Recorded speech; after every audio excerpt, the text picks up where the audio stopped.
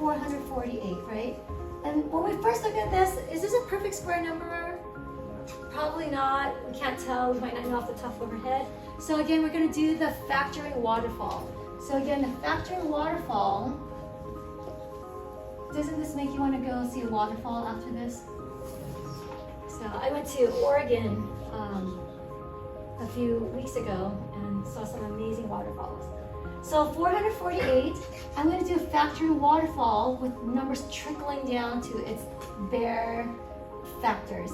So what's the smallest number you could divide by 448? 2, right? So the nice thing about this factoring waterfall, you don't have to think of crazy big numbers, right? Just think, is it divisible by 2 or 3 or 5? 448 divided by 2. So without using a calculator, let me show you a trick of doing division. This trick is you just look at 4, because 4 divided by 2 is 2. 4 divided by 2 is 2. And then 8 divided by 2 is 4. Right? So just write it right underneath. Right? 224, can I make it smaller? I divide it by 2. Okay? Again, 2 divided by 2 is 2 divided by 2 is, and 4 divided by 2. 2. It's a really nice, easy way of doing this. Again, can I make this smaller? Yes. I sure can. Divided by 2. I can't do 1 divided by 2, right? So I go to the next one. 11 divided by 2. What's 11 divided by 2? 5. 5 with a remainder of 1. So you know what you do with that 1? You put it right here, and you make that a 12. Now it's 12 divided by 2. 6. So this is an easy way of doing upside down division without writing it all out or without using your calculator. 56 divided by 2. 5 divided by 2 is? Try again. 5 divided by 2 is? 2 with remainder of 1, right? Because 2 times 2 is 4. There's still 1 left. I'm going to put the 1 right here. So now this number is now 16, right? So I put the 1 here. So 16 divided by 2 is now 8. So again, memorizing your multiplication and division table is super important for algebra. 28 divided by 2 will give me 14 divided by 2 will give me 7. Ooh, am I done? Not yet, right? So, but this is just the waterfall. And again, you can check your work, but it's too many numbers. You can check it, multiply all these red numbers together, it'll give you 448. Okay, and the rule of this game, or the rule of this radical, the index is what about it?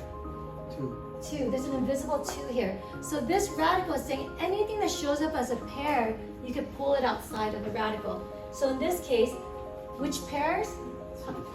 There's a pair. Where else? Where else? Anything that has a pair can be pulled out. So this gets pulled out of the radical and becomes a 2. Pulls out, becomes a.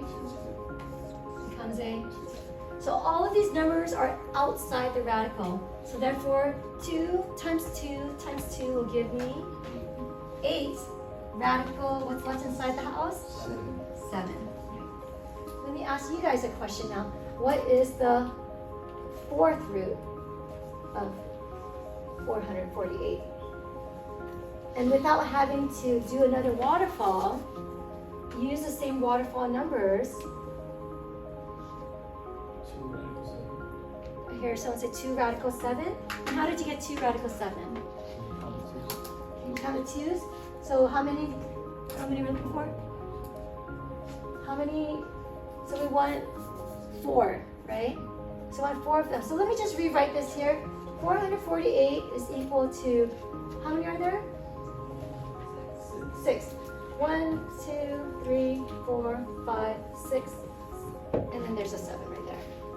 So since the rule of this game is that we want to take the 4th root out, anything that shows up 4 times gets to be pulled out. So what do I pull out? 2. 1, 2, 3, 4. Are there any other ones that shows up 4 times? Nope. So this gets pulled out, and that becomes a 2, right? So again, like a card game.